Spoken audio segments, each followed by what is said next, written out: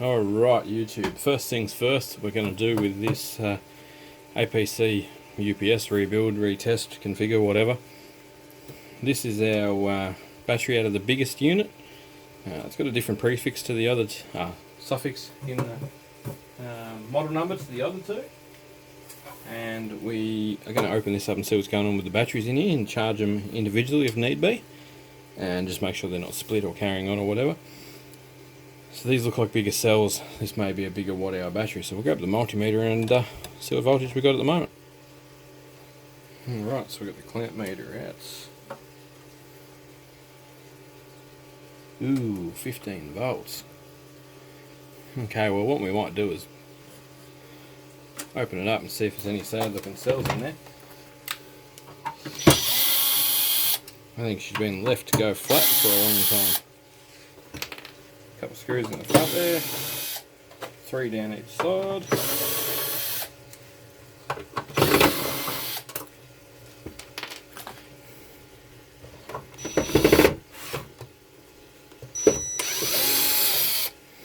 So I'd like it if one of these was just like a going concern as just a UPS. That's what I'll do. Oh wow, there you go. 7 amp alarm batteries by the looks of things. 1, 2, 3, 4, 5, 6, 7, 8. That is cool. So it is, it's an interesting configuration. 12, 24, 36,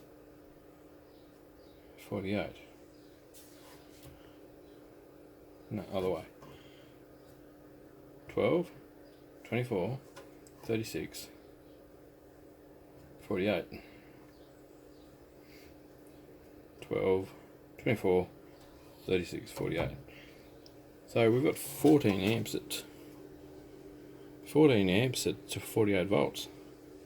Okay, that's quite a substantial UPS battery. Cool. Alright, look, let's just move. None of them look all that deformed or anything silly. Let's see if we can get this meter in the back of the terminals. Yep, you can see it. 4 volts. 3.5. 6.4. Oh, that's the link, stupid. 1.5. Ah, that's the takeoff point of the 2. 4.7.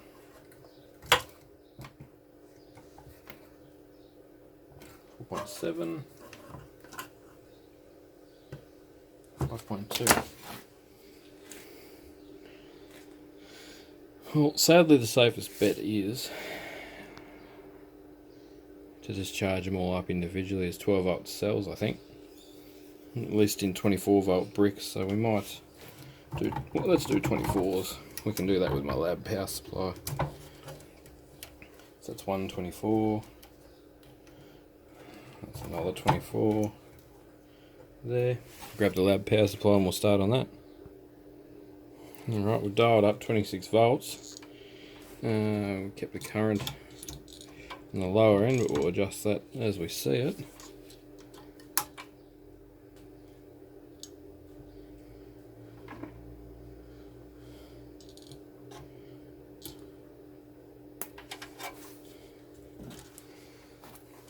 That one to that one.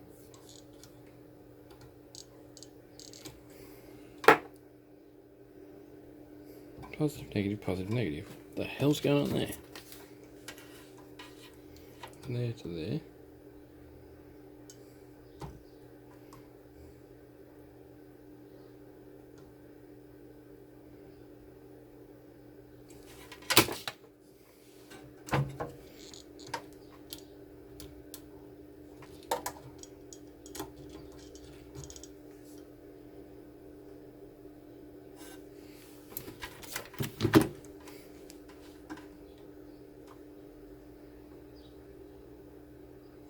Okay, that's going to be an issue. It's not taking on any charge, it goes straight to 26 volts.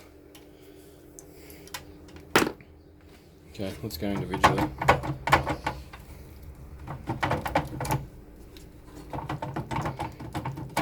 We might be taking a pile of these to the scrapyard.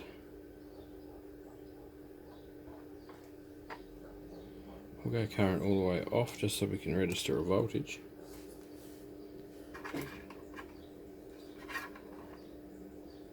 0.5 of a volt.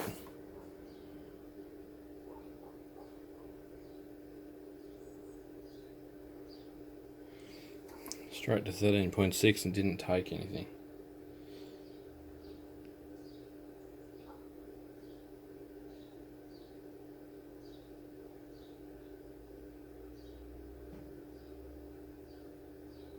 Same again. Alright, well what we might do, there's ways around this. Put our links back in, like so. Pull our cable out of there before we link it and leave it. Like that. Sorry camera. And put that link back in there. That way and then that way. Measure our voltage up this end again, which was 17. So bottom one is the positive.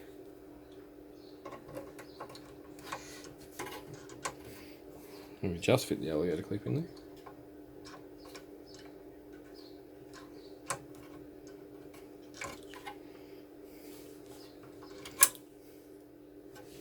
Let's take the clips off, there we go. One there. Doesn't matter, we can put one up that end.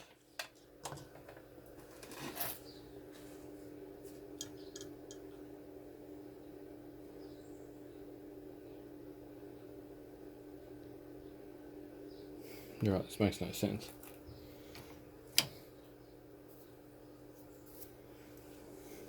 Why is this so difficult?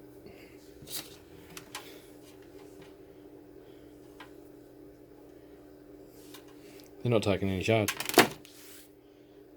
Right. That says to me that they are well and truly dead. Let's pull them all out and have a look at them. Jeez, they're good terminals.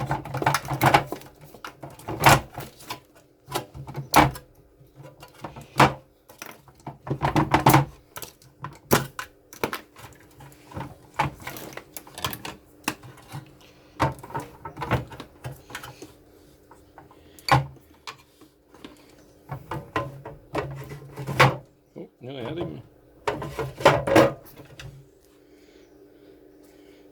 Exide power safe.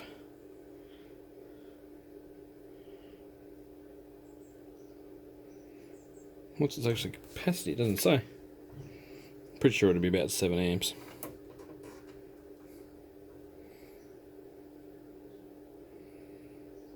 All we can really do is poke a bit of power in them and see if they hold any. If they don't, well, they don't appear to. They become scrap. The APC battery has been tested to standards. Will avoid warranty if you don't use APC. So there you go. That's what's going on. They are Exide power safes in there. They appear to be dead and gone. Might try and save them. Might not work. Who cares? Worst case scenario, we waste a bit of time. Best case, they go to the scrapyard and become scrap lead. Thanks for watching. Catch you in the next video.